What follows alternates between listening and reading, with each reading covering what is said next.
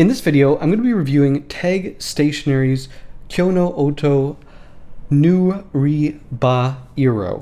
I'll go over the specs, I will do an ink test, and I'll tell you what I like and don't like about this ink coming up. Blake here with Blake's Broadcast. On this channel, I review fountain pens, paper, and ink, and as always, I put links in the show notes in the description below. And if you haven't already, please hit that subscribe button. It really helps out my channel. Alright, let's get on with the review. Here we have the Nurebairo ink. It's really hard to say this. I don't know why, but my understanding is that in Japanese that means jet black. I do really like these bottles with sort of the rounded sides and then flat front and back. I think it looks really nice. 40 milliliters, $27. So it's on the more expensive side. This is an ink that I'm having a hard time pinning down, to be honest. My opinion on it changes a lot, which is to say that this ink, I think, performs differently in different pens. So, you know, it's not going to be necessarily the kind of home run that an Iroshizuku ink is, where it's going to work in pretty much every pen you put it in. This one's going to be a little bit more picky. Now, let's take a look at the writing sample here. And if we look at it closely, we can see that there's definitely blue showing there. You know, at quick glance, it looks black. But the closer you look at it, the more you can see that it's really a very dark blue. And there isn't a lot of saturation in that blue. You will see, well, I hope you'll see, there is some sheening when I turn it. It's sort of a brownish gold kind of sheen is what I would describe it as. Pretty unusual to have a sheening black ink, or at least one that sheens this much. So I really like that. I think that the ink looks amazing. I love the way that the ink looks. This is a dry ink for sure, and I kind of have mixed feelings about it. Like in fine, medium nib, I feel like it writes really well. I also feel like it writes actually pretty well with this stub nib on this Cosmo Airlight paper. You do feel more drag when you're writing with this. Like there is more resistance, which I found to be really nice on the fine, and I didn't like as much on the 1.9 millimeter stub. And then when we went to some other more normal papers other than Cosmo Airlight, I started to not like the 1.9, the wider pens with this ink. It just didn't feel great, and the lines that it was putting down were more jagged. You could just tell that, you know, the ink, I don't know if it's high surface tension or what, but it's holding on a bit more than, well, really any other ink that I've put on this channel. That's not to say that I don't like this. I do actually really like this ink, and I've been testing the other Tag inks, and I've decided to carry a handful, I think maybe 8 of them, on the Paper Mind because I think that they look really special, even though they are a little bit finicky with how they behave in different pens. And in terms of cleaning this ink out, I didn't really have any problems. It seemed to come out pretty nicely, so that part was great. Now, let's do some live writing here.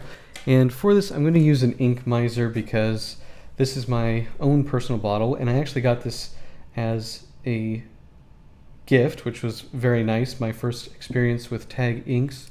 Alright, I'm going to be doing live writing on this page using an ink miser so I don't contaminate my bottle of ink. This is the Tag Stationery Kyo no Oto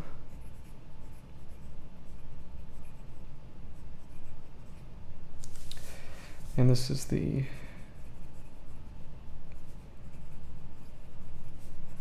pen nib. And when I rinse my ink, you can see the blue there. For this is Kakimori metal nib.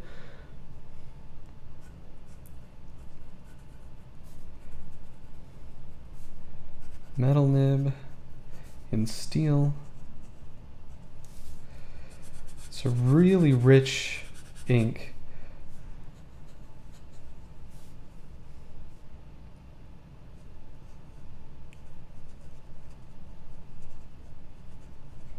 Okay, and we'll do ruling nib. Get a good dip here for the folded nib.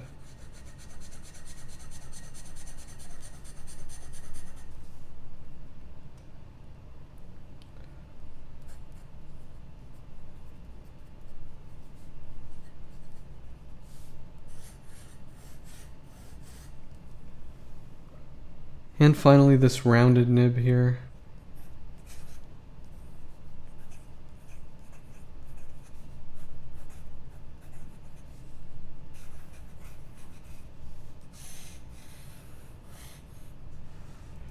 The page that I did testing with dry times on, I misplaced, so I'm sorry about that.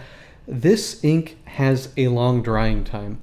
Now, for a sheening ink, I think it behaves actually quite well. I haven't noticed ink coming up on my hands like some of the other like big sheeners. But in my testing, and again, this is with a swab, it took something like 50, 60 seconds, which is probably the longest, I want to say, out of any of the inks that I've tested for this channel so far. But in practice, I'm not noticing it come up onto my hands or onto other pages, but your mileage may vary. Longer dry time for sure. Let's do the water test here. Using this Caran d'Ache brush.